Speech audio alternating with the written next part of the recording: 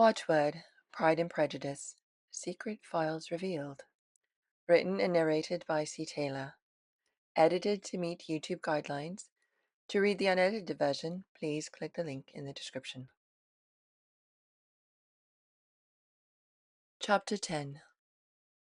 By the next morning, Lizzie noted that Mr. Collins was quite attentive to Jane, offering her his assistance as she dried flowers, which she readily declined. Next, he offered to read more from Forsyte's sermons. She declared her screen required too much of her attention to allow it justice. He read aloud nonetheless. Mrs. Bennet, Lizzie noted, had an urgent need for him soon after to attend to Mary, who was having difficulty with one of the readings from the previous night. As they left, Mr. Collins declared his particular admiration for Jane to Mrs. Bennet.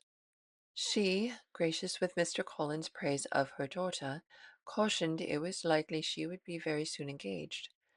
When Mr. Collins began to express his gratitude for their approval of his attention, Mrs. Bennet clarified the engagement would be with another. His displeasure was evident, though he did make an attempt to conceal it. Much to Lizzie's relief, Mr. Collins seemed to have been set aright. She began to make plans with all his sisters save Mary to visit Meryton. Upon Mr. Bennet's insistence, Mr. Collins was to attend them. At first, Lizzie feared it was to continue his lessons on the virtue of Mr. Darcy as her husband, but found quickly it was to have his library to himself again and enjoy some solitude away from Mr. Collins.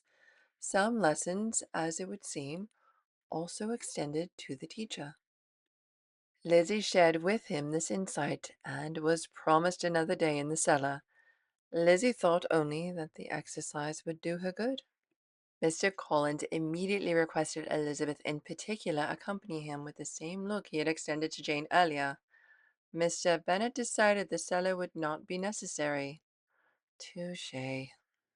Lizzie endured a near endless supply of pompous nothing for conversation from his side, with no requirement or desire for her to contribute, unless it was to admire his knowledge, until they at last entered Meryton. The attention of the younger ones was no longer to be gained by them. Their eyes were immediately wandering up the streets in quest of officers, and nothing short than a very smart bonnet. But the attention of every lady was soon caught by a young man, whom they had never seen before. He was of a most gentlemanlike appearance, walking with another officer on the other side of the way. The officer was the very Mr. Denny concerning whose return from London Lydia had come to inquire, and he bowed as they passed. They were all struck by the stranger's air, all wondered who he could be. Mr. Denny addressed him directly, and entreated permission to introduce his friend, a Mr. Wickham. He had returned with him the day before from town, and, he was happy to say, had accepted a commission in their corps. His appearance was greatly in his favour. He had all the best parts of beauty, fine countenance, good figure, and very pleasing address. Lizzie could not find a single thing she did not like about him. What was he concealing? For a man to display no faults at first introduction is capable of understanding how to hide many things. For the first time since settling in Meryton, there was a man here she was certain she would need to investigate. Lizzie situated herself between Jane, engaged in a lively conversation with this man who possessed a sharp wit, but careful with his words to give no offence. He was gently self-deprecating, and quick to show admiration of others. All of the townspeople were eager to be acquainted with him within a very short time. Elizabeth carefully concealed her alarm. The sound of horses drew their notice. To Miss Bennet's astonished relief, Mr. Darcy and Mr. Bingley, clearly having returned, were seen riding down the street. On distinguishing the two ladies of the group, the two gentlemen came directly toward them, Mr. Darcy's eyes causing the fluttering to which she was beginning to become accustomed. They alighted from their horses and began the usual civilities. Mr. Bingley was the principal spokesman, Miss Jane Bennet the principal object, though Lizzie noted a few side glances assessing her as well. He was then, said he, on his way to Longbourn on purpose of inquiring after her. Mr. Darcy cooperated with a bow, determined not to fix his eyes on Elizabeth, as they were still not to be friendly in society, a concealment she was growing rather discontent with. Upon continuing introductions to the rest of the party gathered with them, they were suddenly arrested by the sight of the stranger. Elizabeth happened to see the countenance of both men she was currently observing closely, one from desire, one from alarm. The effects of their meeting was astonishing, their countenance altering so severely. Both changed colour, one looked white, the other red. Mr. Wickham, after a few moments, touched his hat. It was a salutation which Mr. Darcy did not deign to return. The interaction merely increased the alarm this man continued to excite. What was the recognition they shared, and what had this stranger done to cause—how had he put it? The man had clearly lost Mr. Darcy's good opinion. In another minute, Mr. Bingley, without seemingly to have noticed what passed, took leave to escort Jane back to Longbourn, per Lizzie's covert request. To her great relief, Jane made no objection. Mr. Darcy looked as if he would disagree with her staying, but left with the rest upon Mr. Bingley's quiet encouragement. The remaining party walked to the door of Mr. and Mrs. Phillips, the girl's aunt and uncle. Mrs. Phillips was always glad to see her nieces. Lizzie was particularly welcome from her recent absence. A diverting afternoon of tea and cards was quickly organized, lively chatter, boasts of good hands, and Mrs. Phillips's ever-increasing temper over her partner Mr. Collins's choice of which card to play. Apparently, he could not keep in mind which game they were actually playing, repeatedly placing the best card for another. Elizabeth played a few hands, and showing her performance, presented her as good enough player without causing a show that would draw attention. She noted that Mr. Wickham turned down every offer to play, staying at the center of the room and conversing with every lady that would approach, which were several. His eyes, she noted, seemed repeatedly drawn to her, though she was careful to show no sign of particular interest short of the novelty of a new acquaintance. She wondered if the man had noticed Mr. Darcy's eyes warm once they gazed upon herself. Would that silent and subtle interaction cause him to find value in an acquaintance with her? After her third game, Lizzie determined it was time to test her theory. She excused herself from the next game, accepted a cup of excellent tea provided for the event, and settled into a chair close to another that was currently vacant. As she suspected, he approached and asked if he could sit. Lizzie assured him that he could, wherefore both were at their leisure to talk. Could she ascertain what caused the conflict between this man and her husband? She dared not even mention him, but her curiosity, however, was relieved most readily as Mr. Wickham began the subject himself. He inquired how far Netherfield was from Meryton. After receiving her answer, in a hesitant manner, asked how long Mr. Darcy had been staying there.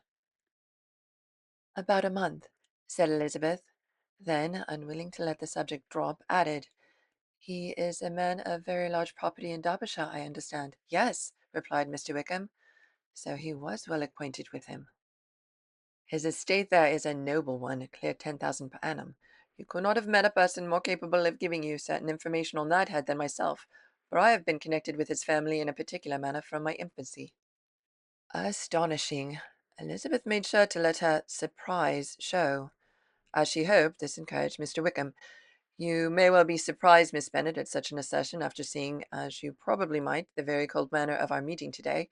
Are you much acquainted with Mr. Darcy?" He had been observing her as well. Interesting. She chose her words to convey every bit the hostility she presented to society. "As much as I ever wish to be," cried Elizabeth.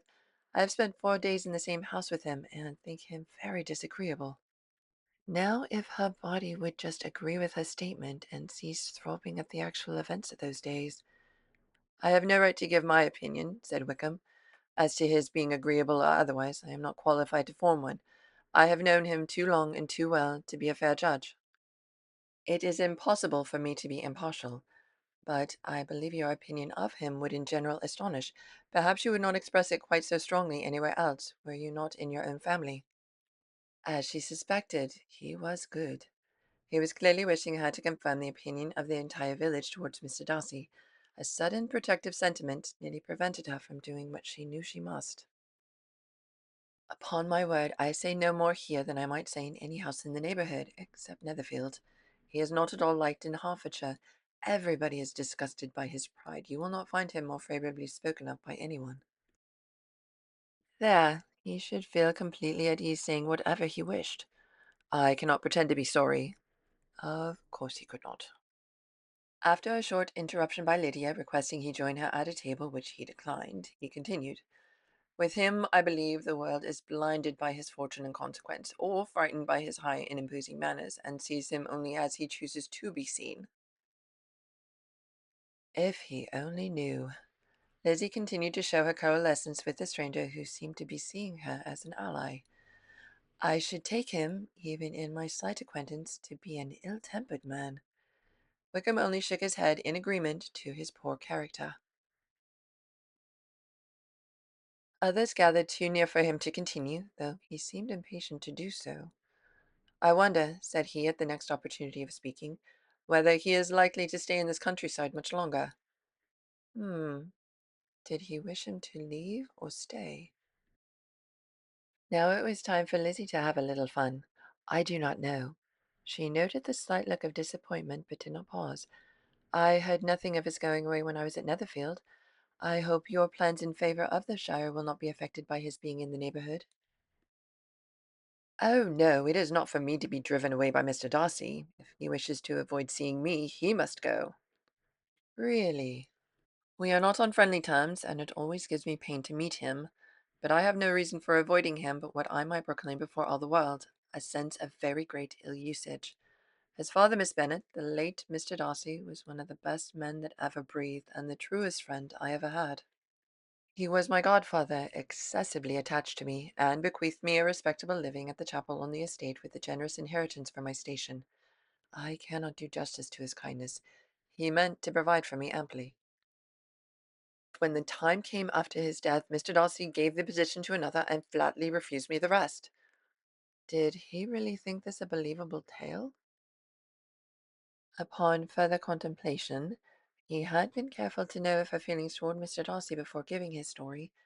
If she had actually thought the worst of him, this would certainly be a delight to hear. Good heavens!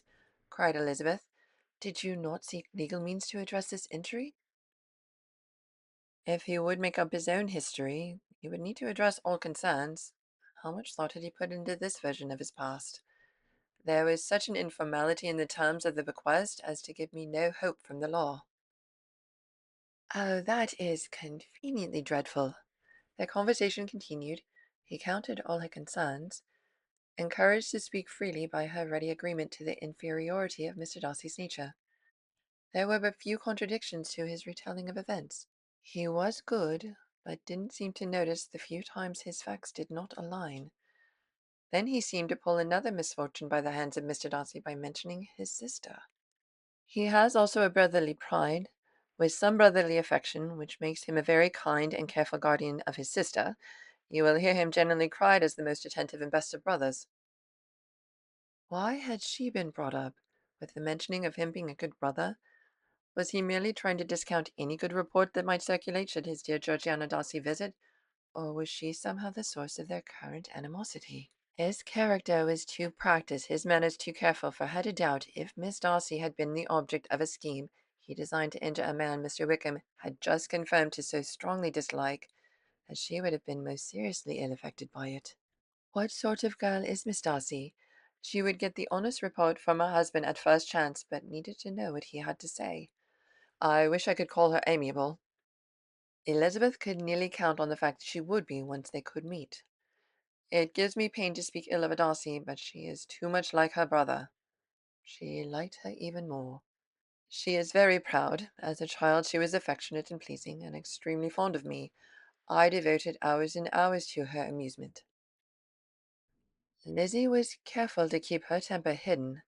The dark events his words brought to mind were not what Mr. Wickham had intended, she was sure. But she is nothing to me now. She is a handsome girl, about 15 or 16, and highly accomplished, as I understand. Since her father's death, her home has been London, where a lady lives with her and superintends her education.